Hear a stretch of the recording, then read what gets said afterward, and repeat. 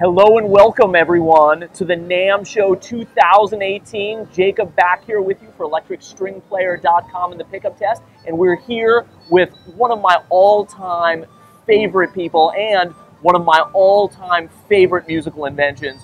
This is James May and of course the Tone Dexter from Audio Sprockets. How's it going, James?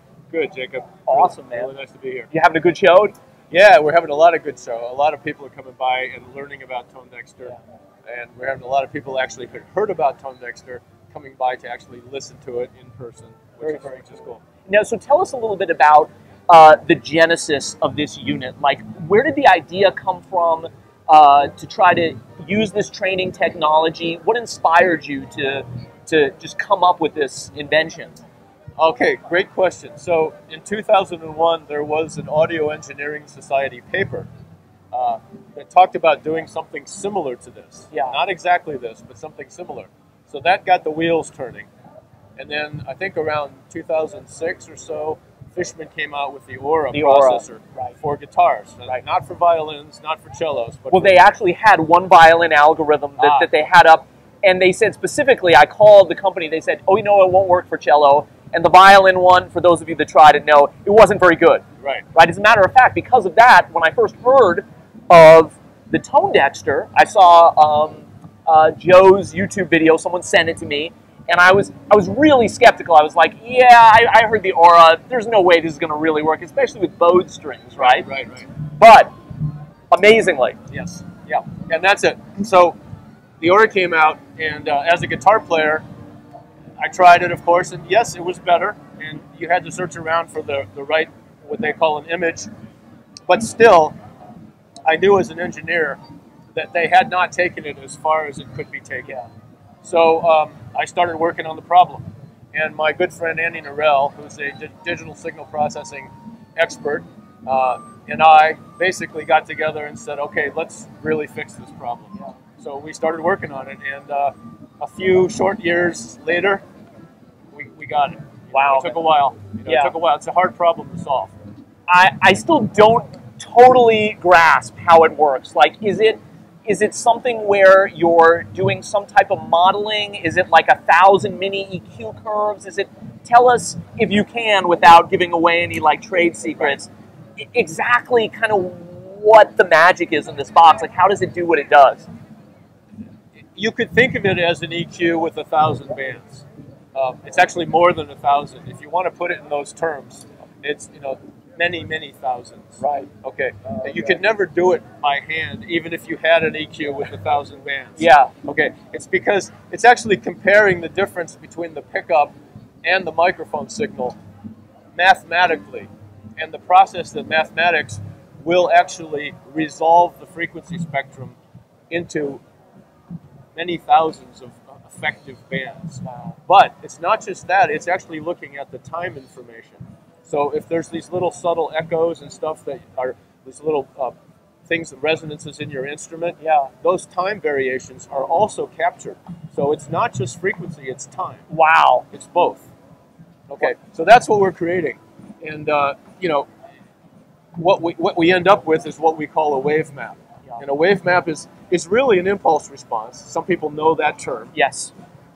We don't use the term because that implies something simpler than what it actually takes to create it. Right. People can make their own IRs in, GarageBand or whatever now. But this is a whole other thing. Yeah. Playing back the IR is the easy part. Yeah. Creating the IR effectively is to capture the instrument is the part that is, that's the tricky bit that we worked out. Yeah. It's just totally amazing, man. Yeah. And another thing that we actually were just talking about, and this is something I'm obviously a proud owner, yes. And when we reviewed these, this is kind of what I was telling Luis, is that you really can't, we tried to check out about a year ago all of the kind of preamp DI pedals on the market because it's such an important tool for string players, to have your boost and your mute and your tuner on stage.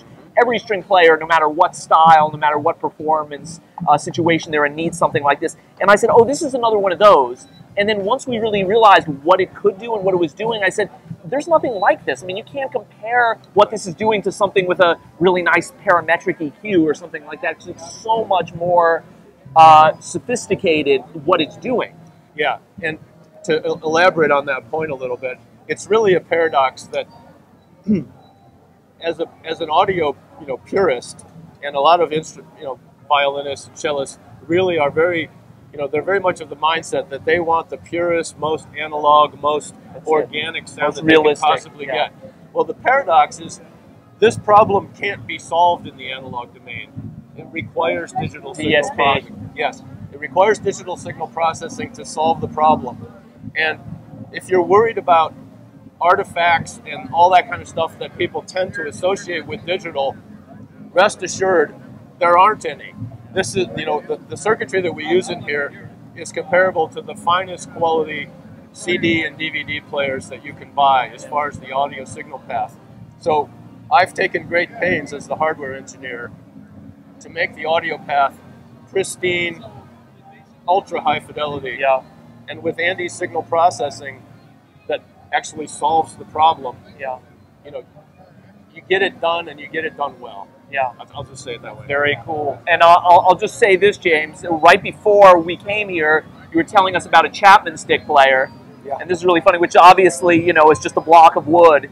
And he was using wave maps that you had created for some of your guitars. My Gibson Advanced Jumbo and also my Martin. Both of those seem to work well. And kind of breathing some life into what's normally a very, let's call it, one-dimensional sound. Yeah, I think that's the good. I mean, I think, it's safe to say that all pickups are kind of one-dimensional. Yeah, they really are. It's just their nature. There's a linear kind of just not, they don't have the depth or the quality or the sophistication. And it's not their fault. And there's nothing wrong with the pickups per se. It's the fact that from their vantage point, they can't hear all the stuff that you want to hear that your instrument is giving you. Absolutely. And that's the thing that we do is we allow you to put a mic in front of it, and the mic hears that. Yeah. And so what's so exciting for us is, and we were talking about this, is that this box not only has the potential to totally revolutionize acoustic string instrument performance in an amplified setting, but potentially even solid body electric string instruments. And I had just started for the NAMM show when I was playing for Yamaha using their solid body SVC 110. I was using wave maps I'd created with my very fine Benning acoustic cello, and the results were really spectacular. So this is a total game changer, and I'm so excited that we got to talk and learn a little bit more about the product. Yeah. And just wishing you huge success for the show and beyond. Really excited for what you've created. Thank you, Jacob. And we're really happy to have you as a happy user and somebody who's spreading the word. Very happy. Yeah. Thanks, man. You're welcome.